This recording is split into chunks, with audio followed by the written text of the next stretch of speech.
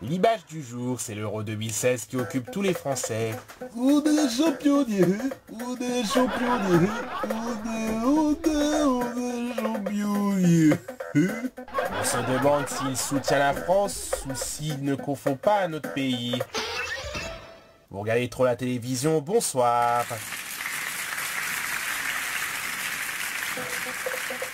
Il y a 2 semaines que l'Euro a débuté, tous les bars, restaurants sont rivés devant leur télévision. Michel Platini, vous allez regarder le match? Bon, je suis obligé, je suis président de l'UEFA.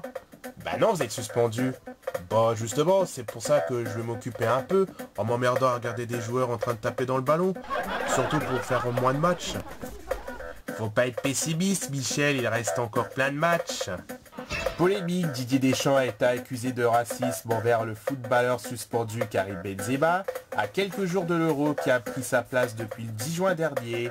Zinedine Zidane, que pensez-vous de Didier Deschamps? J'ai de la sympathie pour ce coach. Il est réglo, il fait gagner la France. Non mais je voulais parler de son affaire polémique. Justement, il fait son travail d'entraîneur, comme Aimé Jacquet. Il n'est pas raciste. Il n'a pas voulu sélectionner Benzema, comme il aurait pu ne pas sélectionner Lloris. Normal, il est goal. Il aurait pu choisir un autre goal, comme Griezmann. Il ne peut pas, Hugo Lloris est le seul goal. Bah on pourrait changer les règles. Sinon bah, je suis l'entraîneur du Real Madrid, donc Didier Deschamps s'occupe de son équipe, moi la mienne. En plus, grâce à Didier Deschamps, on a gagné en 1998. Non, c'est grâce à vous qu'on a gagné. Je sais, mais il était là pour la victoire, donc je n'ai rien à lui reprocher. Un avis pas très clair. Sur sa maison figurait un graffiti qualifiant Didier Deschamps de raciste. Eric Cantona, vous avez réagi sur l'affaire Didier Deschamps? Je sais pas trop quoi dire. Je dis que c'est un mauvais coach. Vous pensez que Didier Deschamps est raciste? Bien sûr, il m'a même pas accepté pour jouer pour l'équipe de France. Vous ne faites plus de foot et ça n'a rien à voir avec du racisme. Pourquoi? En quoi le racisme vous concerne? J'ai joué pour une équipe étrangère. Ah, d'accord, vous pensez qu'il vous a viré parce que vous avez joué pour l'Angleterre. Putain, je n'ai pas envie de me faire emmerder par des questions sur le sélectionneur. Vous avez raison, parlons d'autre chose. Les matchs sont regardés par des millions de téléspectateurs au Champ de Mars. La sécurité est renforcée pour cause d'état d'urgence. Le dispositif de sécurité est bien renforcé. Vous pensez avoir fait le nécessaire pour sécuriser les lieux?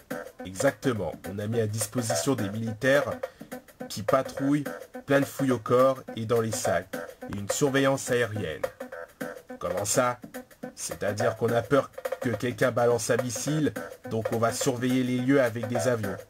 Vous allez empêcher les missiles d'exploser avec les avions? Oui, car on a mis en place un détecteur de missiles. Un système va attraper le missile et le détruire. Il n'y a pas à dire, il marche bien votre dispositif de sécurité. Voilà, sans transition, je reçois le sélectionneur et entraîneur de l'équipe de France, Didier Deschamps. À partir de là, je dirais bonsoir. Alors Didier, votre équipe se porte bien? Oh, Pogba a un peu de fièvre. Mais sinon, il y a pire. Toute l'équipe est en bonne santé. Non, je vous parle des matchs. Ah, autant pour moi. On est très à l'aise, il ne faut pas lâcher prise. Vous avez l'air d'être à l'aise, malgré les affaires qui vous plombent. Oh, ça me tracasse pas, ce qui compte, c'est de faire rêver les Français. Certes, mais les journalistes n'ont pas l'air d'avoir oublié vos problèmes. Oh, au contraire, ils cherchent à me déstabiliser comme Aimé Jacquet. Moi, je vais encaisser ces rumeurs jusqu'à la finale. Vous pensez que vous allez tenir le coup? En effet, affronter les rumeurs, c'est comme affronter une équipe adverse. Il faut essayer de leur prendre le ballon, bien défendre son équipe en défense et d'essayer de gagner. Les rumeurs ne déstabilisent pas les joueurs. Donc, comme je vous l'ai dit, il faut avoir le courage de faire taire les journalistes. Dans le plan tactique ou technique, on arrivera à faire un grand parcours pour l'Euro. Vous pensez aller jusqu'en finale, voire remporter la coupe? Avec la technique prévue, oui. Vous pouvez nous expliquer votre technique? Je vous l'ai dit en septembre dernier, quand Nagui n'avait pas d'invité, Il faut faire en sorte de ne pas se prendre de but. De ne pas aller dans le camp adverse parce qu'il s'avère qu'il y a un piège. Vous avez tout compris. Mais il faut quand même marquer des buts pour gagner la coupe. Je ne sais pas d'où vient cette idée de piège dans le camp adverse. De toute façon, au cas de perte, on va quand même remporter une coupe. Quelle coupe? La coupe du meilleur perdant. Ah oui, il y a des chances que vous la remportiez, cette coupe. Allez, la suite. Voilà, sans transition, télévision. Certains animateurs quittent leurs émissions. Hier, c'était Yann Barthès qui a quitté le petit journal. Merci de m'avoir soutenu pendant 12 ans. Je vous dis au revoir. Ce soir, c'est au tour de Nagui de quitter nulle part ailleurs, laissant sa place à Thierry Dujon. Merci d'avoir été devant votre écran pour m'avoir regardé. Je laisse ma place au nouveau champion qui est Thierry Dujon. D'autres partent. Moi aussi je pars. Monsieur Sarkozy, vous quittez les Républicains? Pas du tout. Ah, vous vous retirez de la liste de la candidature pour les présidentielles pour 2017. Non, je pars en vacances.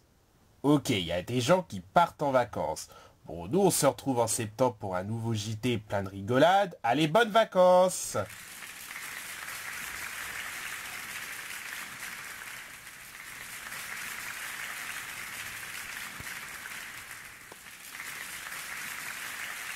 Ça te fait quoi d'avoir vu les guignols pour la dernière fois? Ça va me manquer. Les marionnettes me font partager le bon sens de l'humour. T'aimes ta marionnette, guignol? Exactement, j'adore ma caricature. Ça me fait rire, le côté naïf du guignol. Moi aussi, j'en rigole. Michel, vous m'avez fait la vanne sur mes costumes fluo. Mais dans vos sketchs, vous portez toujours un blouson en cuir. Pour avoir la classe. Naturellement. Philippe Vandel fait sa dernière rubrique de l'année avec Nagui. Bonsoir Philippe. Bonsoir Michel, c'est vous qui présentez nulle part ailleurs? Oui Nagui, t'es fatigué. Ok, je vais commencer par les grandes vacances qui vont bientôt arriver. Nous, pour Canal+, ça commence ce soir. Il y en a qui sont très pressés. Normal. Tout le monde est pressé d'être en vacances. Bah pas tout le monde. Pourquoi? Parce qu'il y a des enfants, des collégiens, même des lycéens, qui pleurent quand ils quittent l'école. Quelle coïncidence! Ils sont tristes de quitter leurs copains, je ne sais pas, ils aiment le bâtiment de l'école. Moi, je me poserai pas la question, je ne pleure pas d'être en vacances. Avant qu'on se quitte, j'ai une surprise pour vous, Nagui, pour vous remercier de votre année à nulle part ailleurs. Ce sont des chocolats, j'en ai un pour vous, honneur à l'ancien animateur, un pour Michel et un pour moi. Merci Philippe. Il est délicieux. Succulent. Tellement bon que j'ai l'impression d'avoir du chocolat qui se fabrique dans mon ventre. Qu'est-ce qu'il t'arrive? Je ne sais pas, c'est quand j'ai mangé mon chocolat. Qu'est-ce qui m'arrive? Vous allez bien?